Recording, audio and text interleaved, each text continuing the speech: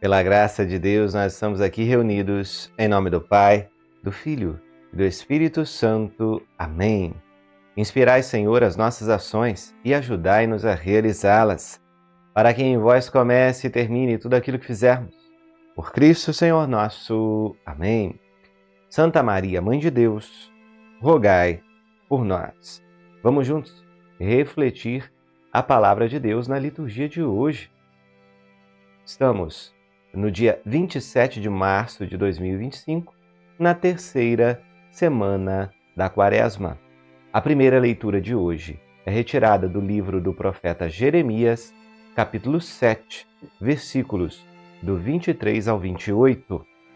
Assim fala o Senhor: Dei esta ordem ao povo, dizendo: Ouvi a minha voz, assim serei o vosso Deus, e vós sereis o meu povo. E segui adiante por todo o caminho que eu vos indicar, para serdes felizes. Mas eles não ouviram e não prestaram atenção. Ao contrário, seguindo as más inclinações do coração, andaram para trás e não para a frente, desde o dia em que seus pais saíram do Egito até ao dia de hoje. A todos enviei meus servos, os profetas, e enviei-os cada dia, começando bem cedo, mas não ouviram e não prestaram atenção. Ao contrário, obstinaram-se no erro, procedendo ainda pior que seus pais. Se falares todas essas coisas, eles não te escutarão, e se os chamares, não te darão resposta. Dirás então: esta é a nação que não escutou a voz do Senhor seu Deus e não aceitou correção. Sua fé morreu, foi arrancada de sua boca. Palavra do Senhor. Graças a Deus. Olha, meus amados, que palavra dura e triste também de ser ouvida, porque um Deus que tem tanto amor por seu povo, ele mostra o caminho de salvação, o caminho para a felicidade. Tanta gente aí não tem buscado a felicidade, fala que está numa luta para encontrar sentido. Deus já deu todo o atalho nos seus mandamentos. Ele sabe como funciona cada ser humano, porque Ele é o Criador. Então Ele apresenta o caminho para que a gente seja feliz, para que alcancemos as graças, as bênçãos, para que tenhamos essa vida plena e em abundância. Esse Deus se utiliza dos seus profetas para que falem bem claramente sobre a sua mensagem.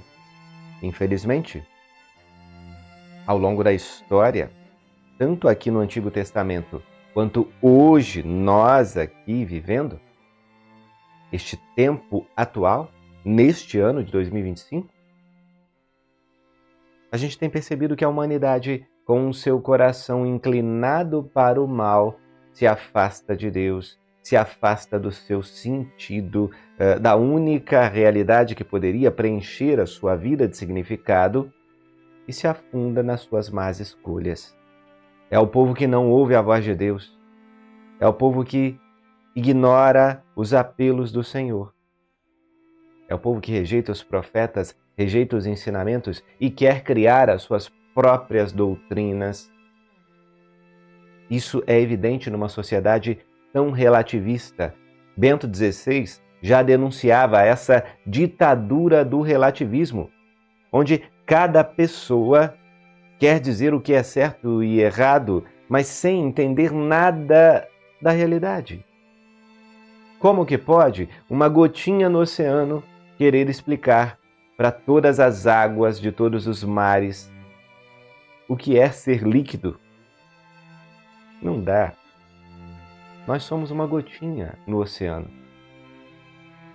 Não tem como a gente enxergar de maneira ampla o significado da vida e querer dizer o que é certo e errado para nós e para os outros. Hoje, essa ditadura relativista tem pressionado e a sociedade está cansada desse excesso de luta para relativizar a lei moral, para relativizar a lei natural, para destruir o ser humano na sua essência, dizendo que ele está livre para fazer o que quer de uma maneira a nunca assumir as consequências das suas falhas. Isso vai acontecer uma hora ou outra. Deus ele quer mostrar o caminho do bem para que a gente possa assumir as consequências do bem que fazemos. A consequência do bem é prêmio, é graça. A consequência do mal é destruição, é desgraça. Todo mundo pode escolher, todo mundo é livre para isso. Só que usar mal a liberdade é uma péssima ideia, não? Vamos meditar também o Salmo de hoje. É o Salmo 94 e em algumas traduções 95 e o refrão diz assim: Oxalá ouvisseis hoje a sua voz, não fecheis os vossos corações. Vinde, exultemos de alegria no Senhor, aclamemos o rochedo que nos salva. Ao seu encontro caminhemos com louvores e com cantos de alegria o celebremos. Vinde, adoremos e prostremo-nos por terra e ajoelhemos ante o Deus que nos criou, porque Ele é nosso Deus, nosso pastor, e nós somos o seu povo e seu rebanho, as ovelhas que conduz com sua mão. Oxalá ouvisseis hoje a sua voz, não fecheis os corações como em Meriba, como em Massa no deserto, aquele dia em que outrora vossos pais me provocaram, apesar de terem visto as minhas obras. Olha só, meus amados, o Salmo fala aqui claramente de um povo que tentou a Deus, um povo arredio, um povo que queria fazer tudo do seu jeito, um povo inquieto, impaciente, que em alguns episódios, como em Massa e Meriba, lá no Antigo Testamento, provocou a Deus, duvidando da sua misericórdia, não acreditando na providência divina. Nós hoje também continuamos provocando a Deus, tentando a Deus, nos expondo ao pecado, a situações perigosas e ainda colocando a culpa em Deus pelas consequências dos nossos atos desordenados.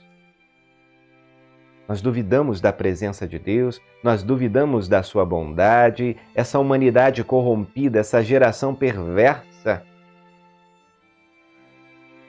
tem negado a bondade de Deus, tem blasfemado contra Ele e não quer assumir as consequências dos seus erros.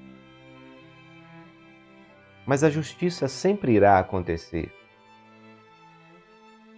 Nós não podemos achar que o que fazemos ou deixamos de fazer porque também pecamos por omissão, nós não podemos achar que nunca haverá consequência para as nossas escolhas. E a humanidade atualmente tem crescido na prática do mal.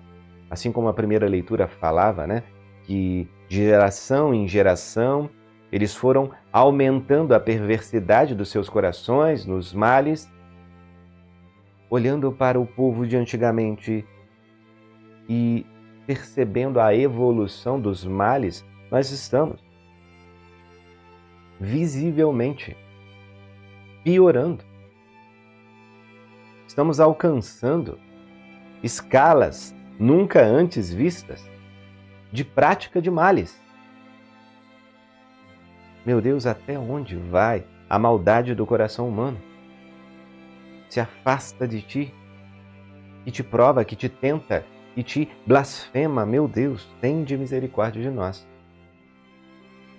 E o ápice dessa rejeição a Deus, pelo menos nas leituras bíblicas, é quando se nega o próprio Deus encarnado em Jesus Cristo. É isso que nós vamos ver aqui no Evangelho, a negação de Jesus, a negação do Deus encarnado. Veja só, o Evangelho está em Lucas, capítulo 11, versículos do 14 ao 23. Naquele tempo, Jesus estava expulsando um demônio que era mudo. Quando o demônio saiu, o mudo começou a falar, e as multidões ficaram admiradas. Mas alguns disseram: É por Beelzebu, o príncipe dos demônios, que ele expulsa os demônios. Outros, para tentar Jesus, pediam-lhe um sinal do céu. Mas, conhecendo os seus pensamentos, Jesus disse-lhes: Todo reino dividido contra si mesmo será destruído, e cairá uma casa por cima da outra. Ora, se até Satanás está dividido contra si mesmo, como poderá sobreviver o seu reino? Vós dizeis que é por Beelzebu que eu expulso os demônios. Se é por meio de Beelzebu que eu expulso demônios, vossos filhos os expulsam por meio de quem? Por isso, eles mesmos serão vossos juízes. Mas se é pelo dedo de Deus que eu expulso os demônios, então chegou para vós o reino de Deus. Quando um homem forte e bem armado guarda a própria casa, seus bens estão seguros. Mas quando chega um homem mais forte do que ele, vence-o, arranca-lhe a armadura na qual ele confiava, reparte o que roubou. Quem não está comigo está contra mim, e quem não recolhe comigo dispersa. Palavra da salvação.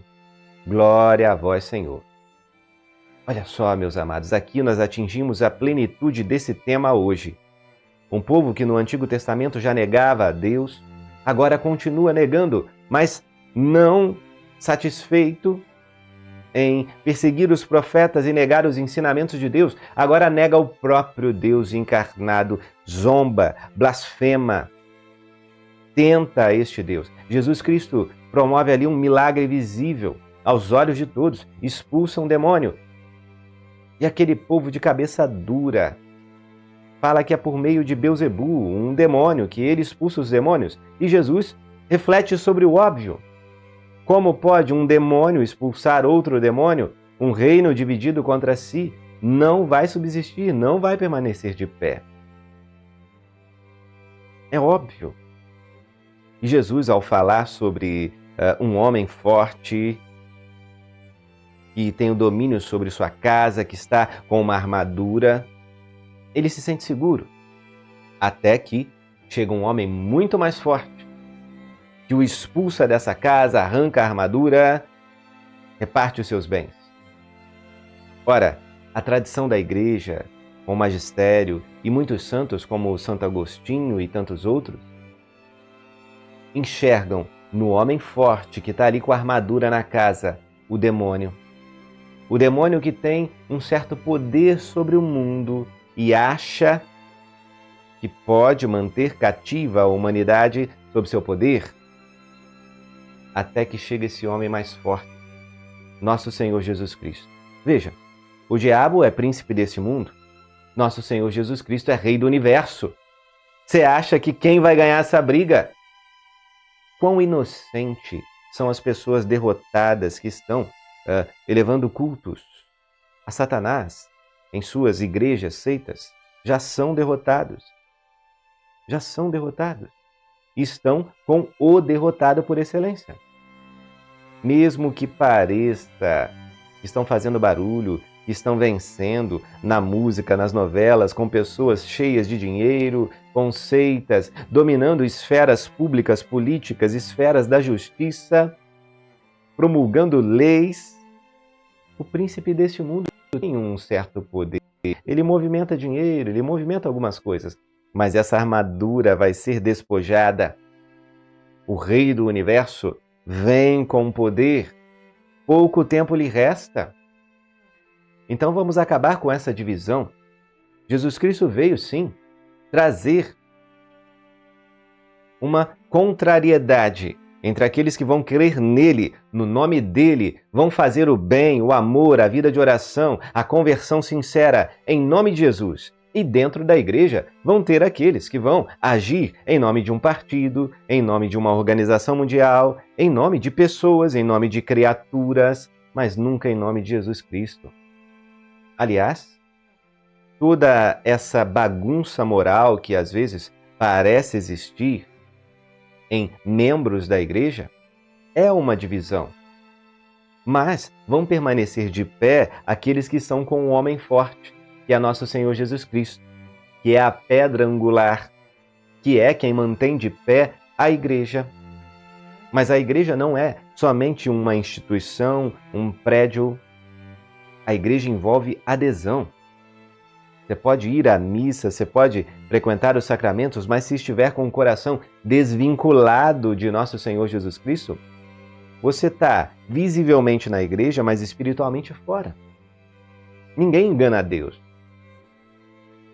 Quando vier esse homem forte, nosso Senhor Jesus Cristo, ele vai separar aqueles que estão com ele daqueles que não estão. Quem ama a Deus segue os seus mandamentos. Não adianta você fazer nada visualmente bonito se dentro do seu coração tem ódio, divisão, fofoca, calúnia, adultério, luta contra a vida, ideologias estranhas, coisas que a igreja já rejeitou, coisas que Cristo rejeitou claramente no seu evangelho.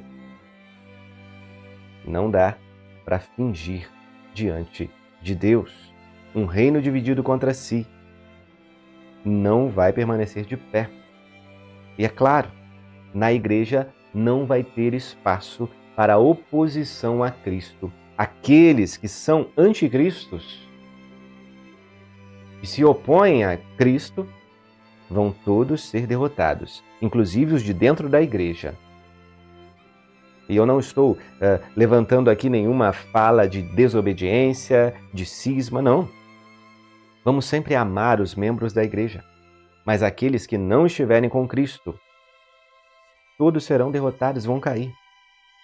É isso que vai acontecer.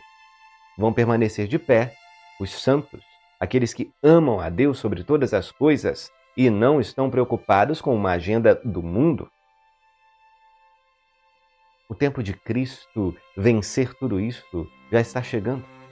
Satanás está se movimentando com as últimas forças que lhe restam, no último tempo que lhe resta. E resta pouco tempo para você também. Pouco tempo para você decidir de que lado você vai estar. Porque sim, tem o lado do bem e do mal. Está claro na Bíblia. Quem vai contra isso está indo contra Deus. E quem vai contra Deus já está derrotado. Nós temos essa certeza. Escolha o seu lado. Sejamos sinceros com Deus. E rezemos para que Ele nos dê a perseverança final. Porque não basta eu falar aqui com você. Eu preciso viver. Eu preciso me expor por Cristo. Eu preciso vencer o mal que há em mim para poder falar de nosso Senhor. É uma luta diária. Você não é perfeito, eu não sou, não somos santos, mas estamos lutando para amar a Deus e que esse amor seja transmitido na nossa vida a todos os irmãos. Que caia por terra toda a divisão, que caia por terra toda a narrativa, todo o relativismo, toda essa ditadura que tenta tirar o Cristo do centro para colocar as criaturas, para colocar os interesses humanos. Isso vai cair por terra. E os defensores disso prestarão contas a Deus. Ele já venceu. Louvado seja nosso Senhor Jesus Cristo, para sempre seja louvado. Estivemos e permaneceremos reunidos em nome deste Deus, que é Pai, Filho, Espírito Santo. Amém. Fiquem com Deus e até a próxima. Espera aí, não vai embora. Você que está acompanhando esse vídeo no YouTube, eu tenho um recadinho. Na descrição desse vídeo tem um convite para você, um link especial para que você participe da nossa jornada bíblica. Se você gostou dessa reflexão da palavra, vem para a nossa jornada bíblica. Vamos aprender com a palavra de Deus. Tem uma comunidade de pessoas que está estudando conosco. Descubra como entrar na nossa jornada bíblica. Você pode escanear esse QR Code. Você pode clicar no link da descrição e participar conosco nessa jornada que vai mudar a sua vida. É um convite especial para você. E você que está acompanhando a liturgia dentro da jornada bíblica, aproveite todos os espaços, vá na comunidade, deixe o seu comentário abaixo desse vídeo e vamos cada vez mais movimentar este lugar de pessoas que querem amar mais a Deus. Um abraço para todos vocês. a gente se vê cada vez mais na jornada bíblica.